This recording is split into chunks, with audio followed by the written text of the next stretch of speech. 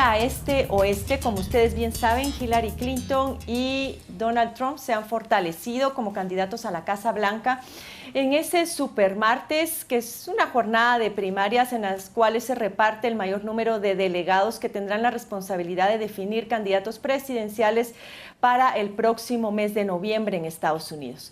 Pero, ¿qué se perfila para Centroamérica y para Guatemala ante un eventual triunfo de los demócratas o de los republicanos? Ese es el tema que nos va a ocupar en este programa y para ello contamos con la presencia de Bernardo Arévalo, quien es sociólogo, y también del doctor Eduardo Stein, ex vicepresidente de la República. A ambos, bienvenidos.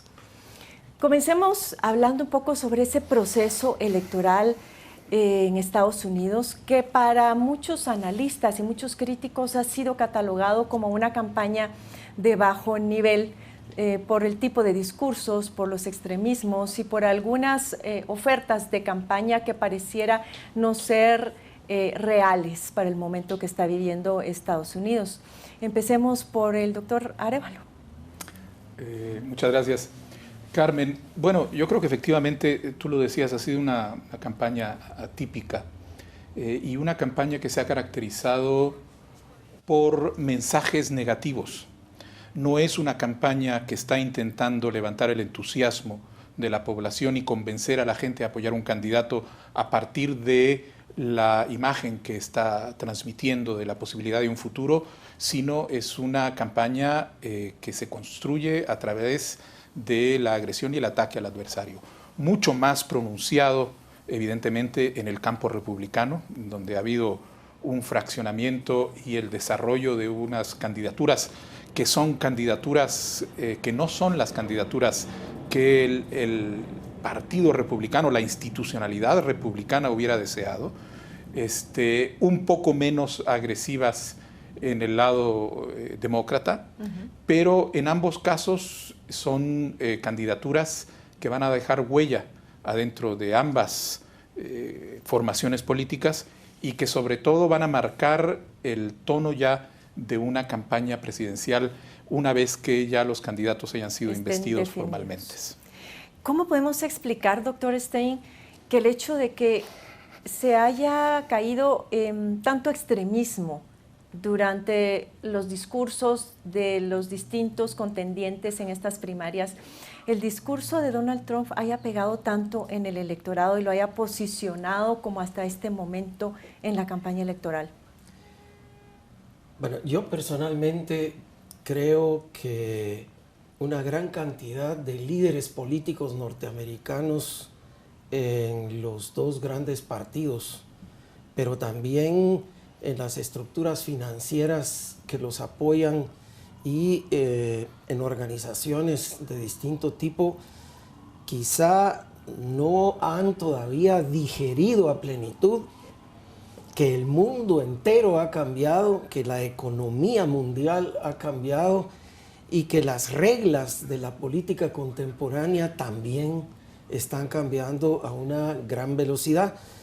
Hay que recordar que esta elección va a ser definida por un electorado furioso, frustrado, molesto con la institucionalidad pública del gobierno de Washington, desconfiado de instituciones y de líderes, y que ya pasó por acontecimientos de gran envergadura, de gran impacto en la sociedad norteamericana, comenzando por el desastre del 11 de septiembre, pero al que subsiguieron aclaraciones históricas en donde la propia presidencia norteamericana le mintió al público acerca de los riesgos reales que existían, de que si había o no armas nucleares de capacidad letal, en fin. Pero junto con eso se encimó la crisis hipotecaria que estalla en 2008 y hace que decenas de miles de familias norteamericanas de clase media pierdan su vivienda. Es decir, ha habido un remesón general en la sociedad norteamericana, bueno, a nivel mundial, en donde quizás no han sabido interpretar correctamente el impacto anímico que en el electorado norteamericano se ha ido acumulando como para dar lugar a que todas las bravuconadas de este candidato Donald Trump, que pues toda la información seria y públicamente comprobable que existe sobre él, lo ponen como un candidato de altísimo riesgo para el país. Para el mismo partido republicano y por supuesto por la influencia norteamericana para el resto del mundo. Yo solo así alcanzaría a explicar cómo es que tan grandes sectores del electorado norteamericano les ha ilusionado ese lenguaje peleonero, falaz, grosero, confrontativo, sí, con el que Donald Trump se ha querido sobrar en sus estructuras de apoyo republicano, en las mismas estructuras. Y acá llama la atención también que sucede un fenómeno parecido a lo que aconteció en Guatemala, el fenómeno outsider, es decir, una persona que no ha estado en la política permanente tradicional del país. Eso pues es una característica de Trump, por ejemplo, alguien que se ha dedicado a sus empresas. Y por el otro lado también el señor Sanders, que dio una sorpresa porque pues Hillary Clinton finalmente no tuvo tan fácil esa competencia con este candidato que no era un demócrata de cepa, por decirlo de alguna manera. ¿Cómo lo ve, doctor Arévalo? Yo creo que en la línea de lo que decía el doctor Stein, lo que es interesante es ver que hay una crisis del sistema en términos de la percepción de la población y que esta crisis está dando a dos opciones que son bastante opuestas, es decir, están siendo resueltas por los márgenes de los partidos, a través de los outsiders o de posiciones muy extremas. Ted Cruz es el ala más extrema del Partido Republicano, y Sanders viene con un mensaje que es totalmente alternativo y da la impresión de lo que sucede es que lo que está en juego un poco es el cierto nivel de consenso en torno al Estado norteamericano, a la economía, a los grandes temas que había sido fraguado más o menos de Reagan en adelante, que era el consenso alrededor de neoliberal, sobre el repliegue del Estado, etcétera, que era una crítica a el proyecto de un Estado mucho más importante, interviniendo dentro de la sociedad que había sido construido, que venía desde Franklin Delano Roosevelt en adelante. Y ahora la crisis del sistema está dando lugar, por un lado, a un populismo de derecha que se va alrededor de la serie de argumentos que maneja Trump, que es un poco un intento de tratar de buscar chivos expiatorios, los inmigrantes, los terroristas, etcétera, etcétera. Y por el otro lado, con un discurso que lo que hace es que retoma esa tradición norteamericana de un Estado social que se había ido perdiendo, pero que ahora resulta que para una enorme parte del electorado y sobre todo para la parte más joven de ese electorado, sí, suena como una opción conveniente, atractiva y posiblemente necesaria. Y entonces los que quedan problematizados son las estructuras centristas tradicionales que se habían venido desarrollando en este tema y que tienen problema para reaccionar a este mundo que va cambiando en la dirección de lo que decía el doctor Stein. Ahora bien, para los republicanos mismos, como hablábamos, ven el ala conservadora o el establishment como una amenaza el hecho que Donald Trump pueda ganar estas primarias y finalmente correr como candidato de los republicanos. Y los demócratas, por su parte, al parecer estarían muy contentos con esa opción, con que fuera Trump el contendiente, porque están muy seguros de que van a poder captar y movilizar el voto latino y eso les haría ganar una elección. ¿Cómo lo ve, doctor Stein? Bueno, por una parte hay evidencia en las encuestas publicadas de que dentro del campo de los votantes demócratas o tradicionalmente demócratas hay también una gran frustración general contra el establishment del gobierno y del propio partido. No confían, digamos, con entusiasmo en la candidatura de la señora Clinton, y lo mismo estamos viendo a nivel de los republicanos. Es decir, estamos entrando a la posibilidad de, primero, una ganancia de la nominación por parte de Trump que desbarataría las estructuras tradicionales, como bien dijo Bernardo, del Partido Republicano, pero que está poniendo en revisión todas las estructuras de participación política del país. Se daría en el caso republicano una inversión dramática.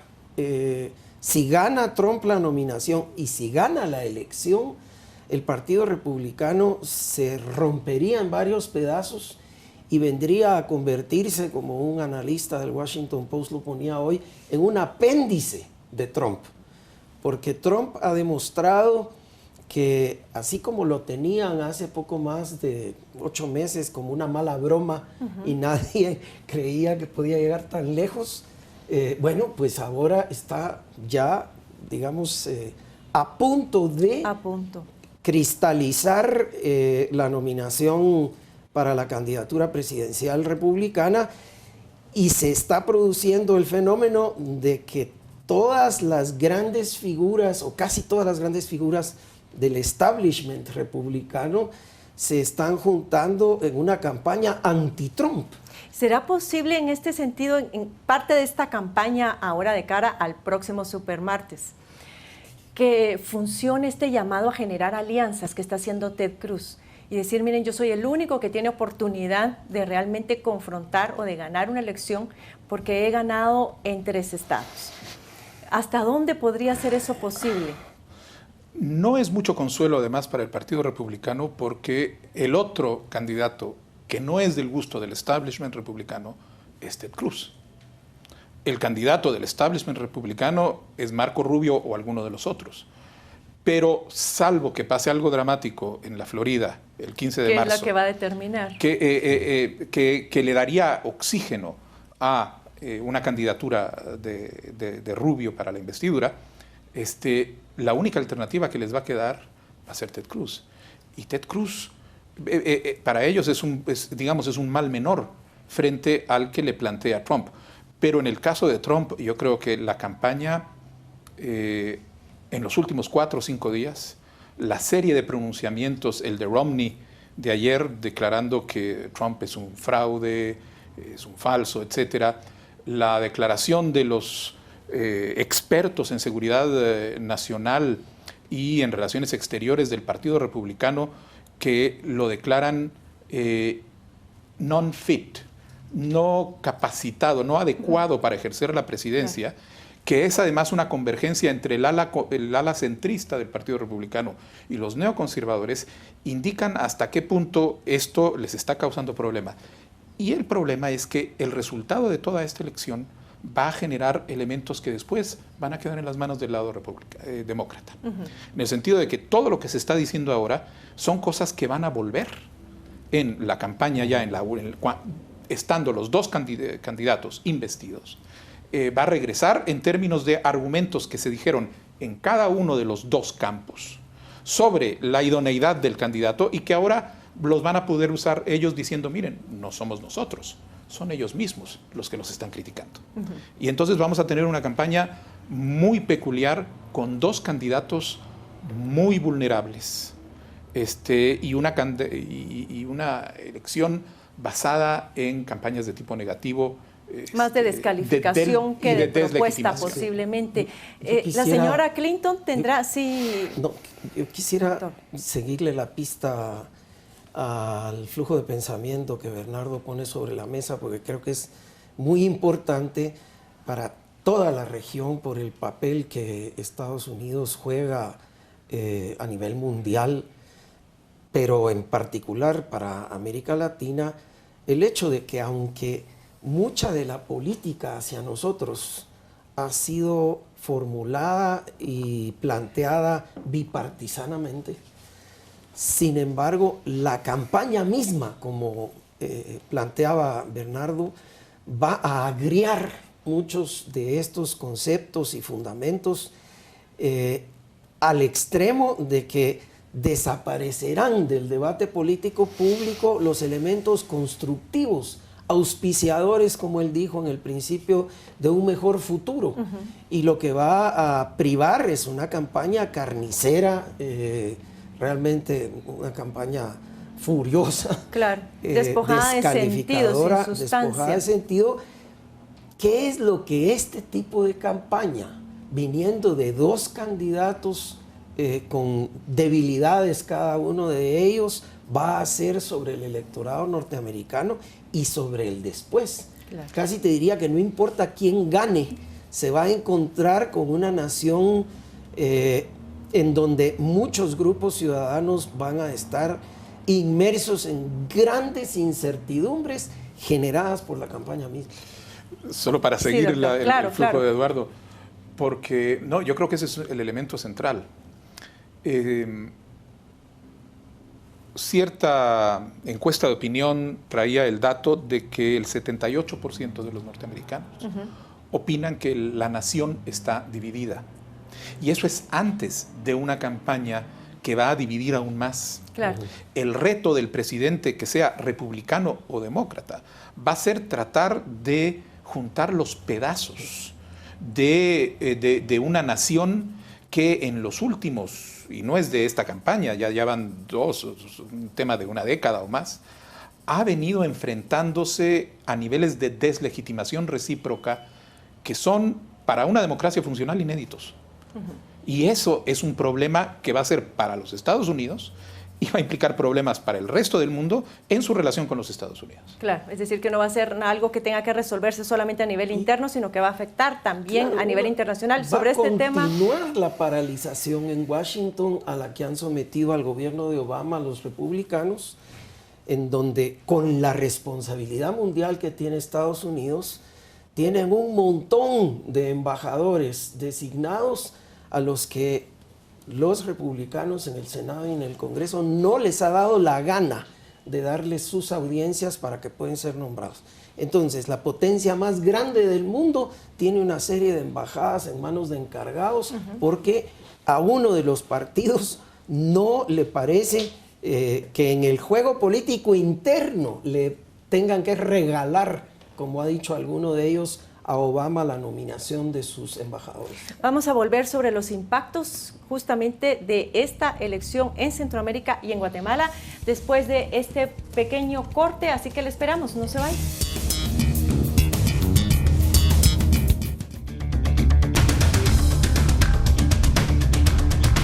Ya se ha llevado a cabo en Estados Unidos el Supermartes, este proceso de primarias en los cuales se elige a los delegados que tendrán la responsabilidad de elegir a los próximos candidatos presidenciales en Estados Unidos, y nos debe importar cuáles van a ser los impactos ante un eventual triunfo demócrata o republicano sobre Centroamérica y sobre Guatemala. Justamente en esto estábamos ya cayendo a cómo los cismas que van a ir quedando después de esta campaña, durante y después de esta campaña, esos oleajes finalmente van a afectar el área centroamericana. Específicamente en Centroamérica, y todavía yéndonos al área más acotada del Triángulo Norte, ahora se está impulsando el Plan Alianza para la Prosperidad. Y esto responde también a una política tanto de seguridad como de desarrollo, pero sobre todo de seguridad por parte de Estados Unidos, impulsada por Obama. ¿Qué efectos podrían esperarse ante ya sea un triunfo demócrata o republicano sobre las estrategias de seguridad, por ejemplo, Bernardo? Bueno, yo creo que lo que es fundamentalmente importante entender es cuál es la relevancia que Guatemala tiene en la política exterior norteamericana y que es parte de una relevancia dentro del área latinoamericana en general. Y la respuesta es poca. O sea, lo que a veces perdemos de vista desde nuestro país, y pasa en casi todos los países, no nos damos cuenta de que el peso que tiene nuestra problemática en el marco de la política exterior norteamericana es pequeña. Y lo poco que tenemos ahora de importancia estratégica es alrededor de la agenda de seguridad de los Estados Unidos en dos órdenes. En el orden de el narcotráfico y los tráficos ilegales que existen, y en las migraciones y las vinculaciones que existen entre ellos. Ese es el trasfondo de la iniciativa de que estamos hablando, de la Alianza para la Prosperidad. Para la Prosperidad, en donde los elementos de desarrollo económico y social que están ahí son entendidos como las medidas necesarias para resolver la problemática de seguridad que para la política norteamericana tiene la situación de inestabilidad y de fragilidad de estos países. Y para ellos hay cuando uno lee, la intervención de la subsecretaria Roberta Jackson cuando pidió al gobierno, al Senado, al Parlamento norteamericano, al Congreso, la asignación que habían pedido un billón, les dieron 750 millones. Hay una lógica que está muy claramente planteada. Estos países necesitan estabilidad política, instituciones fuertes, porque sin esas instituciones no van a tener prosperidad. Y si no tienen prosperidad, van a continuar los flujos migratorios llegando hasta acá. Estados Unidos. Entonces, hay cierto... el otro día había algunos comentarios alrededor del cambio dramático que puede haber en términos de las prioridades de apoyo político a la gobernabilidad, etcétera, y no, porque en el fondo no son preocupaciones que vienen de una agenda de tipo ideológico, etcétera, vienen de una agenda de seguridad. Para los Estados Unidos, el problema es que en tanto nuestros países no tengan resuelto las cuestiones básicas de gobernabilidad y seguridad, van a seguir siendo productores de problemas de seguridad para los Estados Unidos, flujos migratorios o flujos ilegales. Y eso es a lo que están respondiendo en estas estrategias. Y ahora en este sentido, doctor Stein, en Estados Unidos las opiniones sobre la inmigración, sobre los inmigrantes, están poco claras. Las encuestas no dejan ver del todo cuál es la posición de los norteamericanos, pero algunas de ellas dan cuenta de que el país está dividido entre quienes dicen que lo que se tiene que hacer es fortalecer la seguridad fronteriza y quienes dicen que tiene que apoyarse el proceso de legalización. Ante un eventual triunfo, por ejemplo, republicano, ¿qué variaciones podríamos ver en temas de la política migratoria de Estados Unidos? ¿Más prevención o más persecución? Mira, yo quisiera retrotraer lo que mencioné al principio del segmento anterior, ¿sí?, de que el planteamiento de la política exterior norteamericana hacia nuestra región y en particular la gestión de un plan de alianza para la prosperidad para El Salvador, Honduras y Guatemala, aunque nacieron de un gobierno demócrata en ejercicio, es bipartisana. Es decir, el apoyo y la plata que aprobó el Congreso y el Senado es bipartisana. De hecho, en función de la campaña política y de otros temas internos de muchísimo conflicto en Estados Unidos, nosotros en noviembre oímos que la decisión de la aprobación de los fondos se postergaría hasta enero o febrero de este año. Y no, en diciembre lo aprobaron. Porque, como bien dijo Bernardo, es un tema de seguridad nacional y nos han identificado abierta y claramente como una de las 5 áreas neurálgicas para la seguridad de Estados Unidos, por diversas razones. Yo felicito a Bernardo por el lenguaje tan cuidadoso que usó para describir esta problemática, pero digámoslo un poquito descarnadamente. En realidad, lo que va a haber de cambios si gana un presidente republicano o una presidenta demócrata, van a ser más temas de endurecimiento de controles, pero no creo que van a variar los objetivos estratégicos del plan. En ese sentido, nosotros ante la debilidad institucional, para decirlo en breve, en los 3 países del Triángulo Norte, lo que estamos viendo es un repunte de participaciones político-diplomáticas de las embajadas norteamericanas, de las agencias de cooperación de la ONU, de la Unión Europea, que recuerdan más el final de la Guerra Fría que la época democrática que se abrió después de de dejar atrás los conflictos armados internos en la región. ¿A qué se refiere con eso de...? A una abierta intervención en los asuntos internos de nuestros países. Y las condicionalidades que pusieron en el plan de la Alianza para la Prosperidad aluden precisamente a eso. ¿Qué quiere decir tener instituciones fuertes en un marco de seguridad interna para los Estados Unidos? No quiere decir que vamos a tener un señor Ministerio de Cultura que levante la agenda de los pueblos indígenas al primer plano, ¿no? Lo que quiere decir es que tengamos la capacidad de un ministerio público para investigar criminalmente los hechos de corrupción adentro del Estado. Y por esa razón es que nos ha visitado el vicepresidente Biden 3 veces a la región, sí. Se ha reunido con los presidentes en Washington y tengo entendido que nada menos que el señor Brownsfield, que es el responsable de los temas de seguridad. Y narcotráfico en el Departamento de Estado, vino personalmente para el anuncio de la donación que Estados Unidos está haciendo para crear una sucursal de la CICIG en Quetzaltenango. Pero se lo está dando a la CICIG, o sea, no al Ministerio si el objetivo es fortalecer o ayudar a fortalecer esa institucionalidad pública, ¿cómo podemos entonces entender que ese $1.000.000 es para la CICIG y no se han hecho donativos de iguales dimensiones para las instituciones nacionales? ¿O es porque es una manera de decir, bueno, esto es responsabilidad del país y son ustedes quienes tienen que resolver el tema del financiamiento de sus propias instituciones? Porque la CICIG no está sujeta a la institucionalidad guatemalteca. La CICIG no tiene que responder al Congreso de Guatemala, que ya hemos visto cómo se comporta, incluso después de toda la movilización ciudadana desde abril del año pasado hasta las elecciones.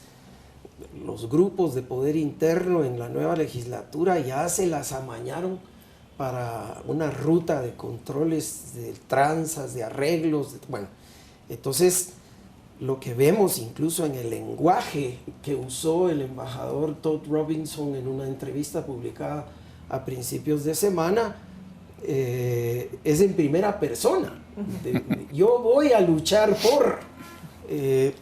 que es absolutamente inusual en un embajador, por no llamarlo con una palabra más robusta, pero lo que quiere decir es que Estados Unidos y su gobierno, no importa quién quede, va a hacer lo que sea para asegurarse que estos 3 países van a tener controles de seguridad interna y de transparencia y probidad que permitan, en efecto, ser una mayor garantía en general para nuestra propia región y la seguridad y sus intereses. ¿Cómo responde, doctor Arévalo, a lo No, yo creo que,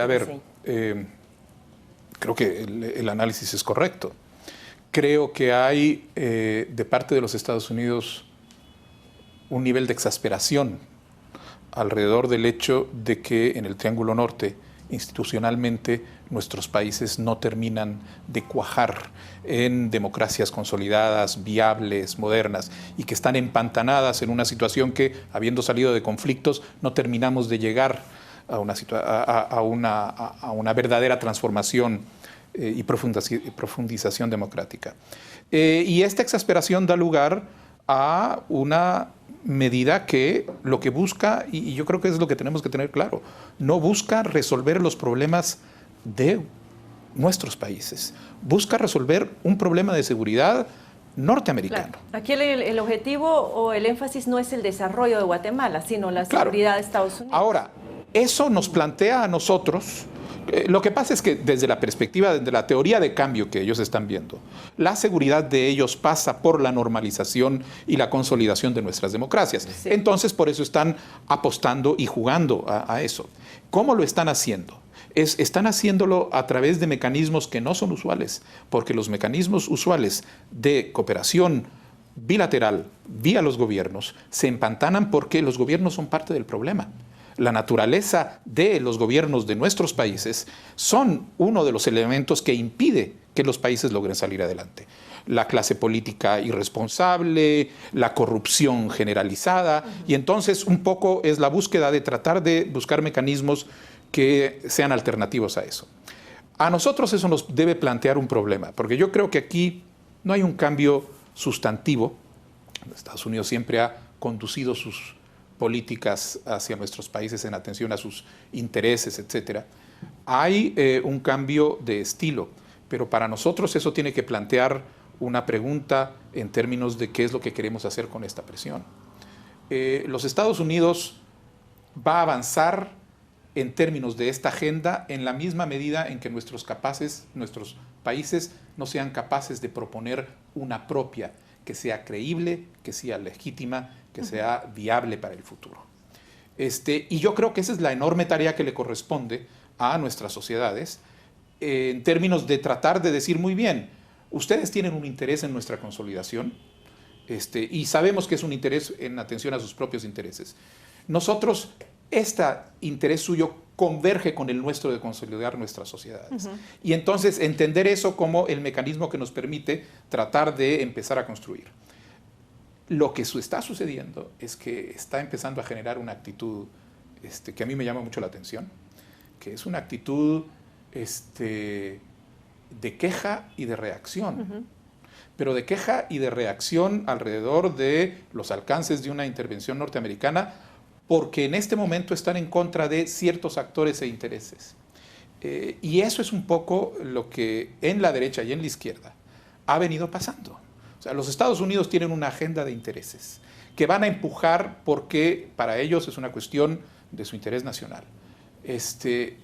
Nosotros tendemos a reaccionar con eso quejándonos cuando va en contra del interés de uno o de otro lado, en lugar de tratar de generar una agenda compartida donde converjamos alrededor de una agenda propositiva hacia el Estado. Pero donde haya un real compromiso también de país de aprovechar, de ver esto también en algunos casos como una oportunidad y poder entonces a partir de ello que se manifieste la voluntad de los gobernantes y llenar los vacíos, por ejemplo en el caso de la CICIG, en los casos de corrupción que se han ido destapando, aduanas y demás, ver la voluntad por parte del Estado de ir llenando esos espacios que se van en apariencia recobrando, pero que lamentablemente al parecer nuestras autoridades no lo están haciendo.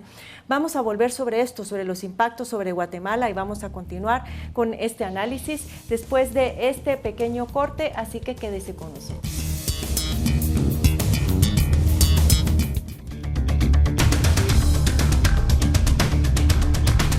Gracias por continuar con nosotros. Estamos analizando ese proceso de primarias llevado a cabo en Estados Unidos y qué escenarios se perfilan para Guatemala en este último segmento del programa ante un triunfo demócrata o más bien un triunfo republicano. Y antes de irnos a corte, justamente estábamos hablando sobre este interés de Estados Unidos de proteger su seguridad nacional y eso va de la mano con apoyar el desarrollo tanto económico como institucional del país. Pero también hablábamos de la necesidad de que este interés de Estados Unidos fuera acompañado especialmente por el interés de los guatemaltecos y de nuestros gobernantes por recobrar nuestras instituciones y por recobrar el espacio perdido en muchísimos campos de nuestra vida nacional. Doctor Esteño, ¿usted quería referirse a esto y a la última intervención del doctor Arévalo? Sí, pero en la perspectiva de la pregunta general del foco del programa. Y quizá lo voy a abordar de la siguiente manera. Si gana el señor Trump, estamos frente a su obsesión de construir un muro. La política bipartisana vigente en el plan de la Alianza para la Prosperidad es realmente una construcción positiva para nosotros.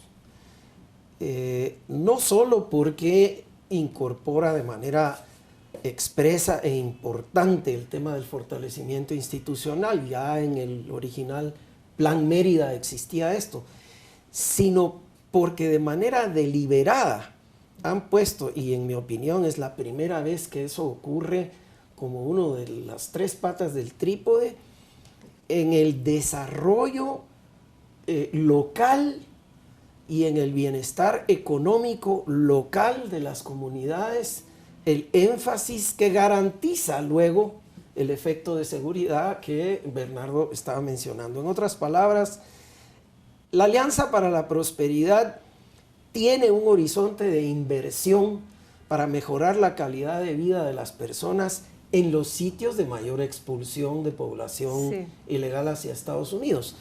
Por eso es que cuando en el gobierno del expresidente Pérez Molina se elaboró la parte guatemalteca de propuesta para ese plan, que privilegiaba, por cierto, áreas del oriente guatemalteco, la reacción norteamericana fue: está muy bien, ustedes quieren plantar maquilas en Jalapa, en Jutiapa, en Zacapa, en fin, con su plata. Sí. Pero nuestra plata va a ir al altiplano indígena, que es el mayor expulsor de población hacia Estados Unidos.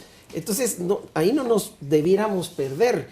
Segundo, 250 millones de dólares por año, más o menos, durante 5 años, no es una cantidad enorme, digamos, para el nivel del problema que hay que atender. 6,000 millones de dólares que los migrantes envían hacia Guatemala.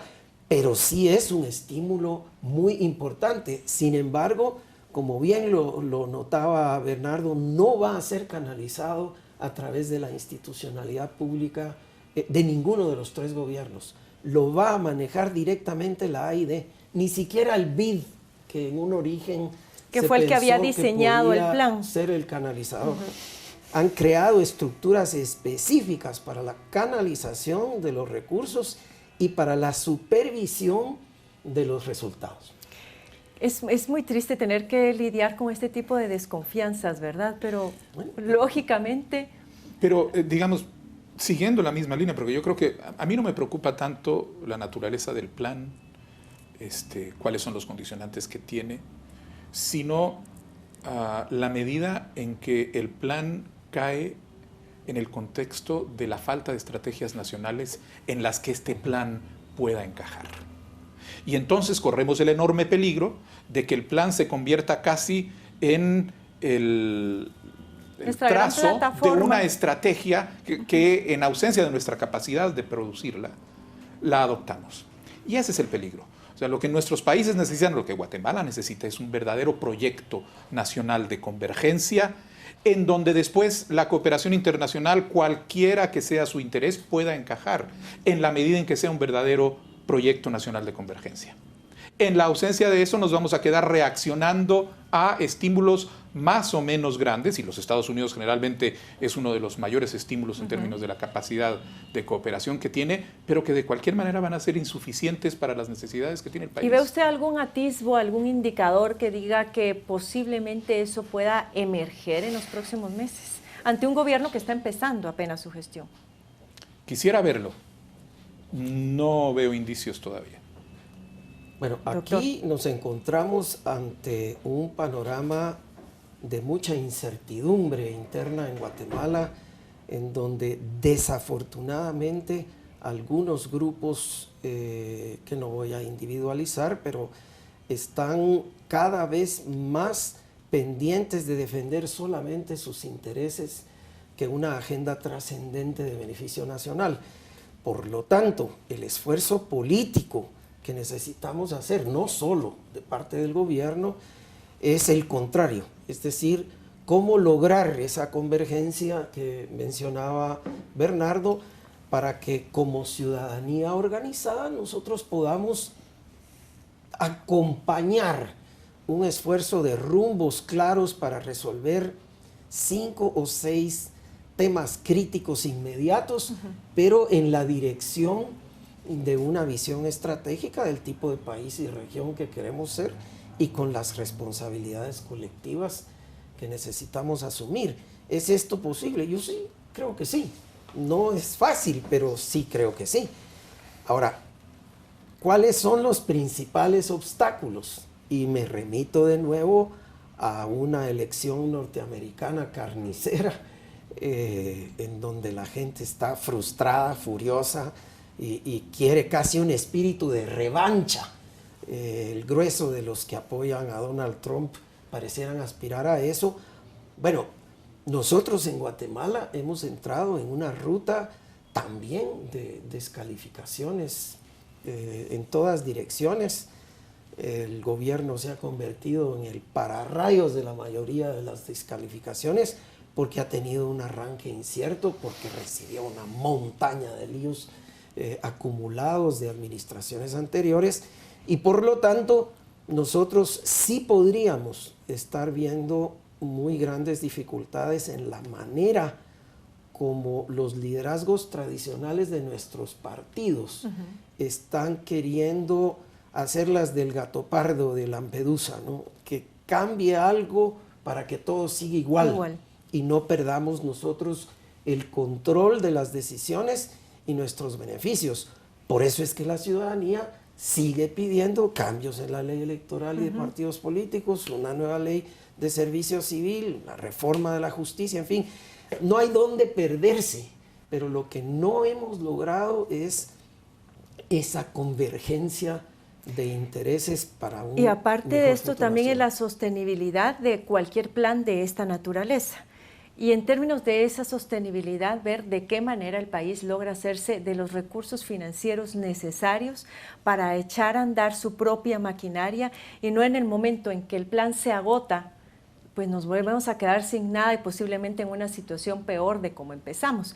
Imagino que esto es parte de los condicionantes y no sé hasta dónde perfilan ustedes no solamente la capacidad del gobierno para entrar a abordar este tema de fondo, sino además hasta dónde este financiamiento al Plan para la Prosperidad puede ser como el norte y alrededor del cual se alineen otro tipo de financiamientos, dígase por ejemplo Unión Europea y demás, que nos dejen escaso margen también de decisión sobre prioridades nacionales.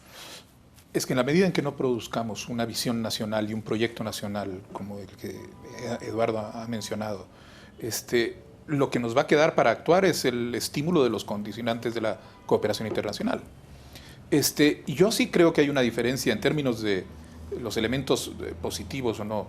Yo creo que hay una diferencia. Esta conversación hace un año hubiera sido distinta, en el sentido, por lo menos yo hubiera tenido una posición mucho más pesimista alrededor de los motores de cambio que existen en la sociedad guatemalteca, porque no se veían claro. Creo que lo que hemos visto el año pasado es una capacidad de agencia para el cambio que se manifestó en la plaza con una agenda concreta, pero con una agenda de protesta contra ciertas cosas, que tiene que transformarse en una agenda positiva para impulsar el desarrollo. No podemos volver a la plaza, no podemos estar protestando contra el Congreso todos los días, pero tenemos que tener una agenda con la que se negocia y se presiona al Congreso.